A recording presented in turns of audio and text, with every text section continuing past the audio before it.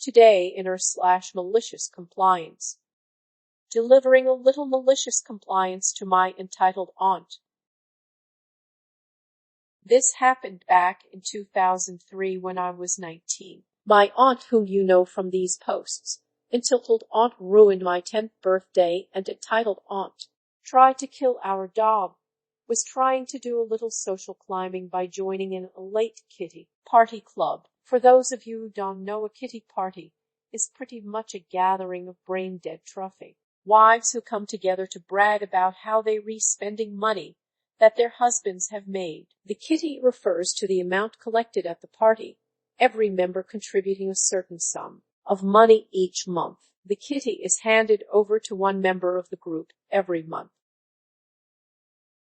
Anyway, the club my aunt had joined had some high society ladies, including my uncle's boss wife, as its members. This club had a rule to always have home-cooked food at their gatherings. Said home-cooked food would, of course, be provided by the one hosting the gathering.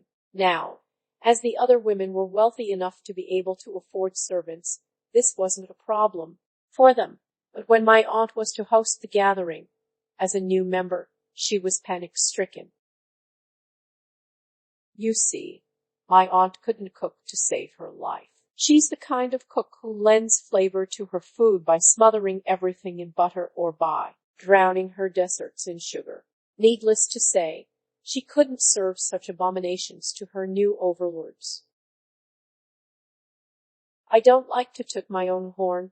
Fuck it, I most certainly do. But I'm a very good cook. Even at age 19, my culinary skills were admirable. It's one of my hobbies, and I love it. Aunt knew this, of course, and decided to employ emotionally blackmail Tree to goad me into preparing the food for her. Food that she would pass on as products of her cooking. This cunt had never praised my cooking before.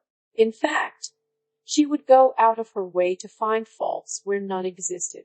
When I brought this up, she said she was just pushing me to do better. When I refused, she decided to go to my father. She went on and on about how it was my summer break, and as I didn't have college classes to attend, I could probably find the time to do it.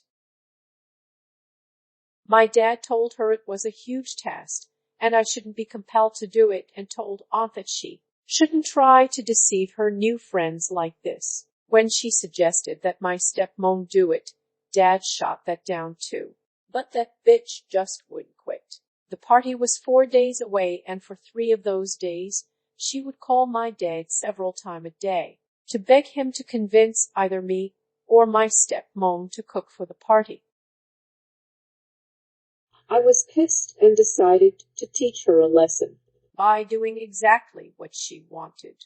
I told her I would cook for her party, but only if she paid for the ingredients that would be used. I would shop for them myself. Aunt was ecstatic and agreed to my terms. The items, as per my aunt's specifications, included malay kofta, malay madtal rata, and for dessert gulab jamun and kajar ka halwa. I would strongly suggest that you Google these items to know exactly what they are in order to gain a better understanding of what happened later.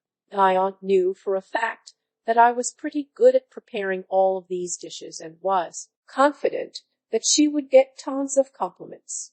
She said she would make the rotis bread herself. It was the one thing she could cook well. My stepmom offered to help, but I declined. I would be doing this for my beloved auntie all by my little self. The party was to start at noon, but as lunch was going to take a bit longer than expected, part of my plan, I told her I would bring it over to her place myself. She was annoyed but agreed. I packed and loaded everything into my dad's car and drove over to her place. I got there at the nick of time. As soon as I was done emptying the food into various pots and pans, and Aunt had set the table, the truffy bitches had started pouring in. This meant that my aunt would not have chance to taste the food. Perfect. My aunt rushed me out the door, lest the aristocrats catch a glimpse of the peasant.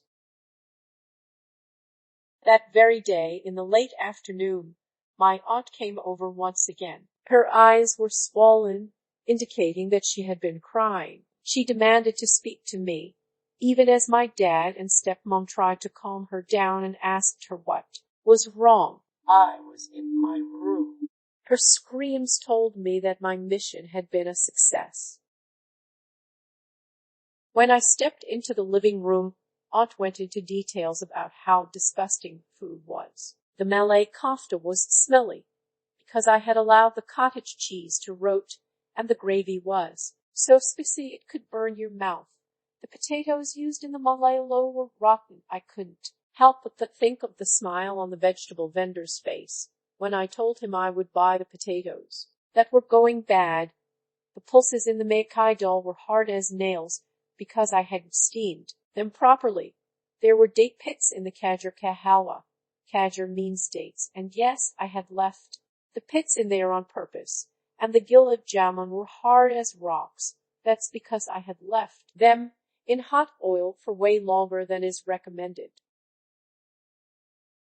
I let her go on about how I was good for nothing and how I could never do anything right, how the other ladies were so displeased with her and had left early before making a few snide remarks about how they needed to get some real food. He husband's boss wife had been particularly acidic. I don't remember exactly what she had said to her, but it was enough to crush my aunt.